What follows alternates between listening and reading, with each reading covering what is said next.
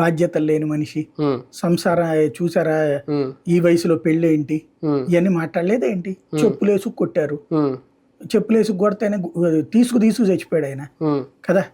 లేకపోతే అంతకు ముందు ఏం జరిగింది? ఆయన కనీసం పట్టించుకున్న దిక్కు లేదు. అధికారం దిగిపోతే ఎవడు తోడలేడు, అన్నం పెట్టే దిక్కు లేదు. ఆ టైంలోనే కదా లక్ష్మీభారతి వెళ్ళింది.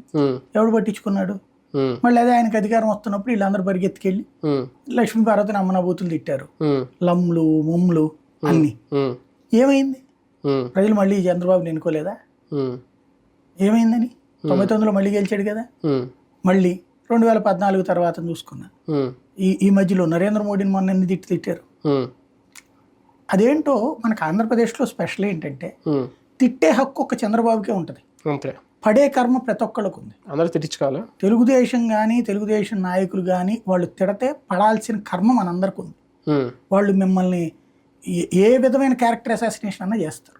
రాజకీయ విమర్శలుగా చూడాలా, రాజకీయ వ్యాఖ్యలుగా చూడాలా, నేర ప్రవృత్తితో కూడిన కుట్రలు ఉన్నాయి దీని వెనకాల. ఎందుకంటే ఇది నిన్న ఆయన రేజ్ చేసిన పాయింట్. నందికొట్కూరులో మాట్లాడినప్పుడు ఆయన మాట్లాడిన మాటలు నన్ను పాతి పెడతాడంట. ఆయన నేర ప్రవృత్తితో కూడిన మాటలు కట్టలు తెంచుకుంటున్నాయి ఆయన నోటి నుంచి. అలా ఉన్నారు చంద్రబాబు నాయుడు. ఒక్క విషయంలో మెచ్చుకోవాలి జగన్ని, ఆ మా భాషకి ఇంకొక దుర్భాష లేదు. కేసీఆర్ రేవంత్ లాగా మాట్లాడుకోలేదు. అవును.